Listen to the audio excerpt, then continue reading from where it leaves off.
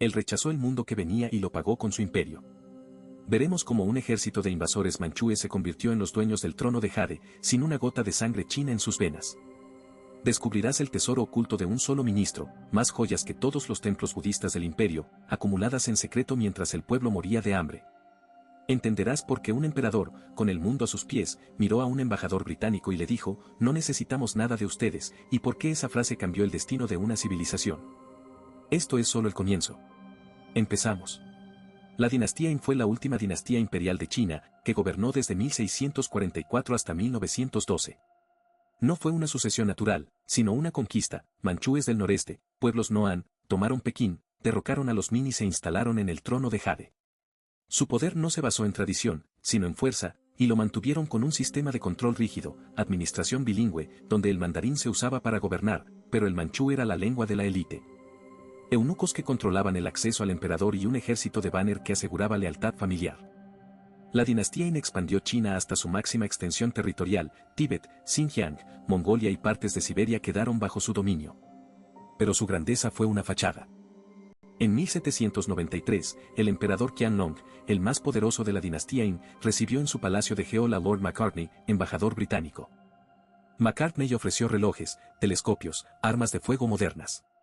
Pidió abrir puertos, establecer una embajada permanente en Pekín. Qianlong respondió con una carta, no tenemos necesidad de vuestros objetos ni de vuestros comerciantes. La dinastía Qin rechazó el mundo que venía.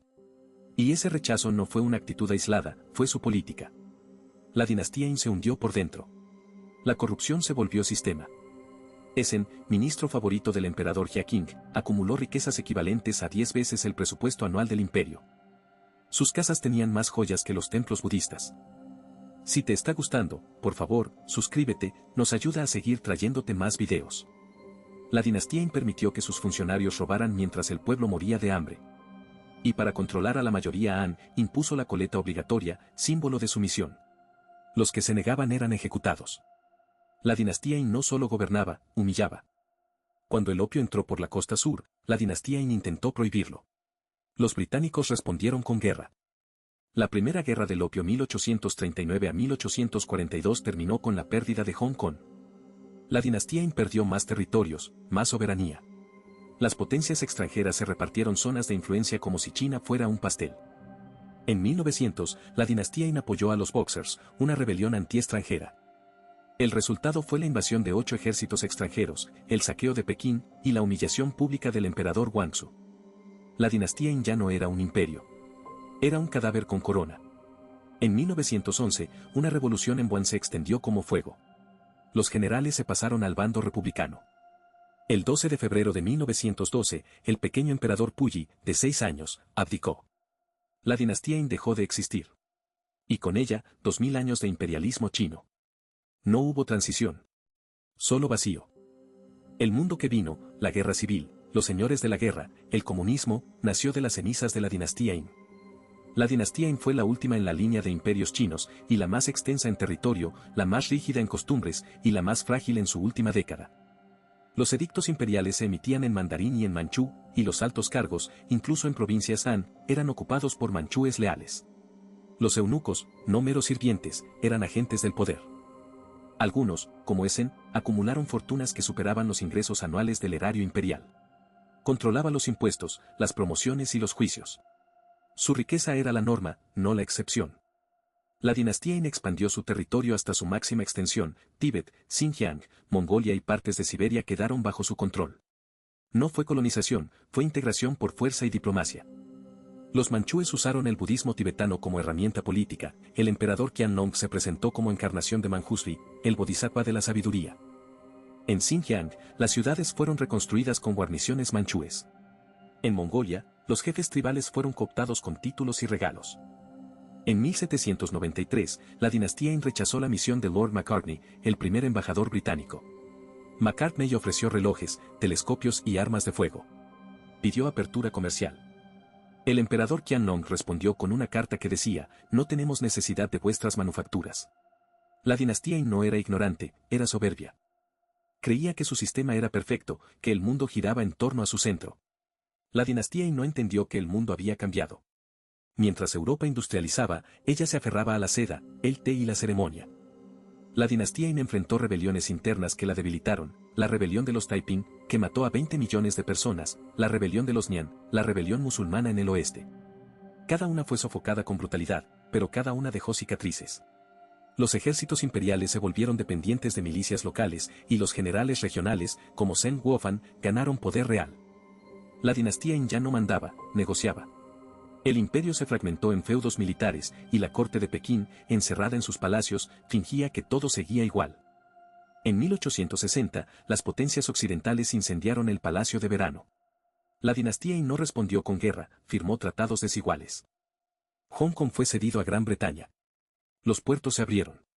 Los extranjeros obtuvieron inmunidad legal. La dinastía Qin no perdió territorio, perdió soberanía.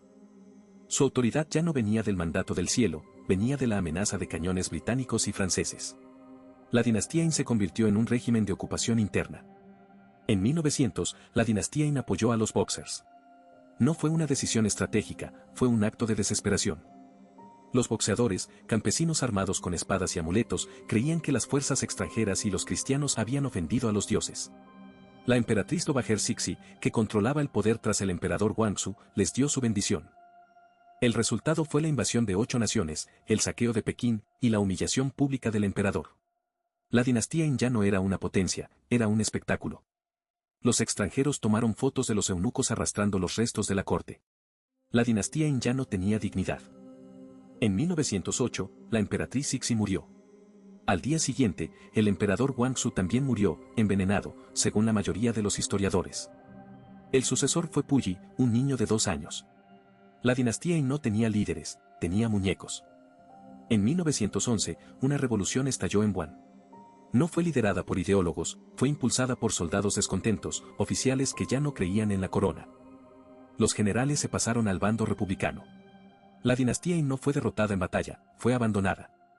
El 12 de febrero de 1912, Puyi, de 6 años, firmó su abdicación. No hubo despedida. No hubo luto. Solo un decreto en papel de seda, firmado por un niño que no entendía lo que hacía. La dinastía Qin dejó de existir. Y con ella, 2000 años de imperialismo chino. No hubo transición. Solo vacío. El mundo que vino, la guerra civil, los señores de la guerra, el comunismo, nació de las cenizas de la dinastía Qin. No porque fuera mala, sino porque se negó a cambiar. No porque fuera débil, sino porque creyó que su poder era eterno. La dinastía Qin no cayó por la historia la dejó atrás. Y cuando se volvió a mirar, ya no estaba. La dinastía Qin fue la última en una línea de imperios que duró 2000 años. No murió en batalla. No fue derribada por un ejército extranjero. Fue abandonada. El 12 de febrero de 1912, un niño de 6 años, Puyi, firmó su abdicación en papel de seda. No hubo multitudes. No hubo cánticos. Solo un decreto. La dinastía Qin dejó de existir sin despedida. Durante 268 años, la dinastía Qin gobernó desde Pekín, extendiendo su dominio hasta el Tíbet, Xinjiang y Mongolia. Administró con un sistema bilingüe, mandarín para los Han, manchú para la élite conquistadora. Mantuvo eunucos en la corte, como instrumentos de control, y reprimió a los Han con censura, revisiones de textos y ejecuciones masivas. Pero su mayor error no fue la opresión, fue la negativa a cambiar. En 1793, el emperador Qianlong rechazó la misión de Lord Macartney. No tenemos necesidad de productos extranjeros, dijo. La dinastía Qin creyó que su poder era natural, inmutable. Se equivocó. La corrupción se instaló como sistema. Essen, el favorito del emperador Qianlong, acumuló riquezas equivalentes a 10 veces el presupuesto anual del imperio. Mientras tanto, los puertos se cerraban, las armas se oxidaban, y los europeos avanzaban. La dinastía Qin perdió la guerra del opio, luego la guerra de los Boxers. Perdió Taiwán, Hong Kong, Macao. Pero no se reformó. Se aferró a rituales, a vestimentas, a la creencia de que el mandato del cielo era eterno. Hasta que ya nadie lo creyó. Cuando la revolución de Sinai estalló en 1911, no fue un levantamiento popular. Fue un colapso administrativo. Los generales se pasaron al bando republicano. Los gobernadores provinciales declararon su independencia. La corte, en Pekín, se quedó sola. La dinastía Qin no fue derrotada, fue ignorada. El niño Puyi no entendió lo que firmaba. Nadie lo explicó. Nadie lo lloró. Hoy, el Palacio de Verano está lleno de turistas. Los manchúes ya no hablan su lengua. Los eunucos desaparecieron. Pero el legado de la dinastía Qin es el vacío que dejó. Su caída no fue un cambio, fue una ruptura. China pasó de imperio a anarquía, de emperador a señores de la guerra, de tradición a revolución. No hubo transición. Solo un salto al abismo. La dinastía Qin no fue mala por sus crímenes, sino por su ceguera. No fue débil por sus derrotas, sino por su negativa a verlas venir. Y cuando la historia se volvió a mirar atrás, ya no había nadie que la reconociera. La dinastía Qin no cayó. Fue borrada. Y con ella, se apagó la última llama de un imperio que se creyó eterno. Si te ha gustado, suscríbete para más historias increíbles. Nos ayuda mucho a seguir creciendo.